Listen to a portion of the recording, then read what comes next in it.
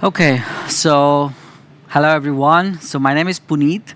So I'm from OQ Technology. I come from Luxembourg. So today I'm going to talk about something like NB-IoT over LEO satellites. The idea is to present you an overview concept of what's the 3GPP focus here and how well we have achieved this in real world implementation point of view. So to start with a small introduction of my company, we were founded in 2016, and we have a headquarters in Luxembourg. Of course, we have other offices all across the world. We have 10 satellites in space now. We're growing. The constellation is growing. And we also have international partnerships, and we have customers already paying us. And we have 20 plus 3GPP contributions, especially for release 17 and afterwards. We also have 12 grants, which is patented grants, both in EU and also in the US. We also notify some, we have some ITU filings in license spectrum and landing rights. We have raised around 20 million in funding up to date. So that's a very brief introduction. You can, of course, go to our website, learn about us more. I will directly jump into the problem which we are trying to solve. One is IoT is everywhere. We know that. But the point is the coverage is not. So what is the solution for that? Like, for example, think of like remote areas, like middle of an ocean, in a desert, and this remains completely unconnected. But then there is a lot of use cases, a lot of scope for finding these kind of use cases. For example, maritime, if you're asset tracking, or if you're doing package delivery, aviation, robotics, and banking sector, the application is endless, especially where the terrestrial network is too expensive to be deployed. We see that IoT becomes very difficult to handle it. And then the solution, what we need is we need to scale it up. So for that, IoT needs to be global. It needs to be a standardized solution. In that perspective, we think of NB-IoT. So when I say NB-IoT, it's a 3GPP compliant. Of course, everybody knows 3GPP. It's what makes 5G, 6G, 4G. So it's a very well-known standardized solution. Of course, it's not proprietary. But again, when I say standardized solution, it's also a licensed spectrum.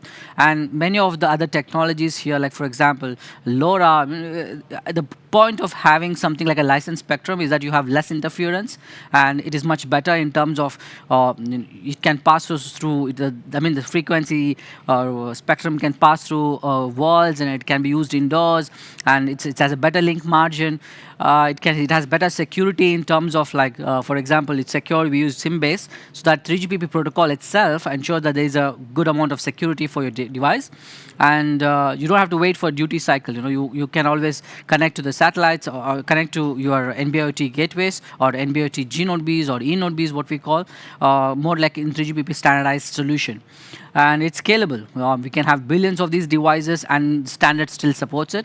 And it's future ready, it can be terrestrial plus satellite. So it's what the future is. We are looking at, like for example, release 18, release 17. We're talking about putting these kind of G Node Bs in the satellite, and we can still support it.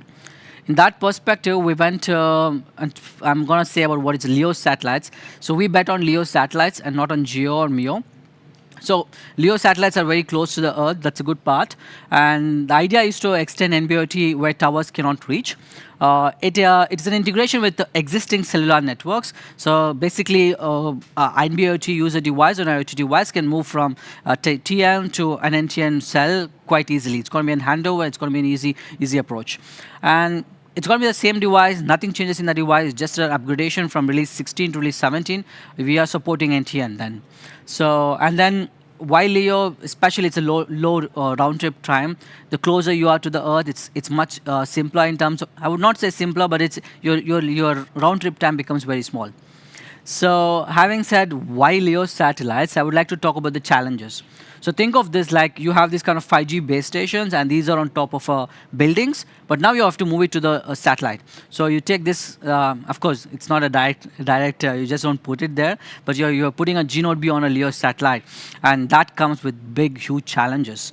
And two major ones I would like to very quickly mention is something what we call as delay, and the other one is Doppler. So what is a delay? Of course, imagine you're in a celestial cell. So your UE and your ground station, your base station, is very close to each other. It's in the delay you can expect maximum is in microseconds, so you can still deal with it in the frame structure of 3GPP. But when you move it to a LEO satellite, for example, imagine if your satellite is around like 400 kilometers away from the Earth, so you can expect somewhere around 3.5 to 4 millisecond delay, and this has to be dealt because UEs have to adjust their frame alignment with the G node B. And if the satellites are moving, if they are higher and lower, and this delay can compromise, and if this is keep on changing, and then the UEs have to really look forward or look behind and try to adjust their timeline with that of the satellite. And of course, 3GPP release 17 and afterwards has a solution for this, and that is quite challenging, but still it can be implemented. And we have done that too. And then it comes with the Doppler effect. I think all of us are very familiar with classic Doppler effect. It's like when something is moving, it introduces a sort of an error, especially in terms of frequency. So example, like think of this a LEO satellite moving at a very high speed, and then you have a user. Maybe if you have a V2X user or you have an IoT device which is also moving, and then what happens is like you have two devices moving, and there's a huge Doppler between them. So this is like this, and also if you have a device, if your IoT device is stable, and then you imagine your satellite is moving, so this introduces not just the Doppler changes, not just the delay changes, but also the Doppler also keeps on changing because it depends on the curvature of the Earth. The distance between you and the satellite changes with time. So this is something which introduces a lot of error in us. So you have to correct it in your G node B, in your base station, or you have to correct this in the UE. So 3GPP mentioned that in release 17 afterwards, it can be corrected by the UE itself, like the IoT device. What we as a satellite operators do is like we tell the users, this is my location in space. So we tell the UE what is my position vector, what is my velocity vector, like how fast am I going and where am I in space. So a user knows where you are, and a user first knows his own position, and then it also knows where the satellite is. So now he can compute the distance, the delay can be compensated, and then the Doppler can also be calculated by the velocity vector, and it compensates it. So this is what basically UE does, and we just simply transmit the locations, the position and the velocity vectors, and that's all we do from the satellite point of view. And this is release 17 and afterwards.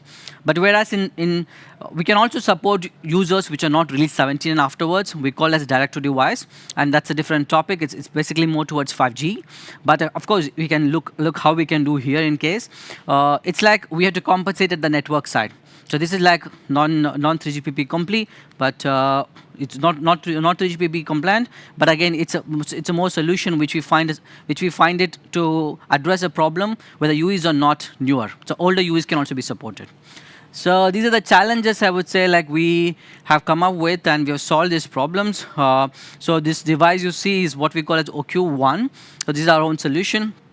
We are, as I said, we are satellite operators, we are connectivity providers. That's a satellite point of view. But then we are also have made our own products to support people, to support our own application, to support our own satellite connectivity. So, for example, I would just quickly skim through the use cases which we support. Like, for example, oil and gas, we do pipeline integrity checks. Like, imagine in the middle of a desert, you have a huge pipeline traveling from, I don't know, carrying these kind of a lot of fuel, petrol or benzene or gases.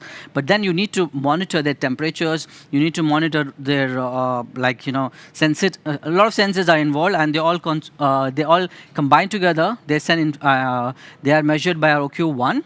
And then this is sent to our satellites with regular passes. Like we have mentioned, like it depends on 8 to 12 hours. Again, this is more of like, do we really need it at 8 to 10 hours? Or sometimes if you have more frequent passes, we can have it at 4 hours, 2 hours, or 10 hours, depending upon the use cases. So this is one application. They also have application with agriculture and weather tracking. Like we have like soil sensors, or do we have to do a pest control or not, or do we have to increase operational efficiency? How can we collect all this data and send it to the satellite? So this is also one of our application which we do. One of the one which is really paying us well, customers are very happy with, is like flow meter and water level automation. And this is also like we have implemented this in some part of the world. Followed by an interesting one is livestock tracking. Like imagine you have cows. Like these days, it's not like you just put them in a shed. People want to just raise them in a ranch or in a farm, like in Australia or in many places. And you can just put our OQ devices on top of them. They can connect to, no matter wherever they are. You can get their locations, their health, all this information through your dashboard. And for also in the case of camels, you can track them wherever you are. I mean, in the middle of a desert, you can have 1,000 camels. It can be tracked. So I mean, these are use cases which we think might not be that big, but apparently it is big. There is a lot of customers demanding for such use cases. And yeah, I just put this slide especially because imagine a lot of people say like, okay, NB-IoT and is competing with LoRaWAN and it's competing with Bluetooth. So different technologies, different people betting on different things. But I also see that there's a lot of collaboration can be done. Like for example, our OQ1 just like our OQ1 can is like it's integrated with LoRaWAN modules. So locally it can collect all the all the inputs from different sensors through LoRaWAN, and then it can uplink to the satellite using NB-IoT. So this can also be done. So this is how we also plan to integrate different technologies into the product. And then, of course, the fishing cargo in Atlantic. So this is also one of the use cases we apply. I mean, you can see this is a dashboard of OQ, and in our dashboard you can see like you can track where your ships are, where your vessels are, and also a lot of challenges happens, especially when you're spoofing and you're trying to capture these kind of vessels. The security of these is also very important for many people who own them, and this is also one of our fields which we are looking up. Having said that, I would just like to summarize. I just have 2 minutes. IoT should not stop where the coverage stops. So this is our main goal. So with NB-IoT over LEO satellites, we are making sure that 3GPP standards now work everywhere on the Earth. And with that statement, I would like to end today's presentation. It was from our founder, from our CEO. So it says like the Internet of Things is not about things, it's about people. So IoT has the potential to change the world for the better by allowing us to create solutions that help people lead healthier, better lives and preserve our planet for future generations to come. So thank you. If you have questions, I'm open.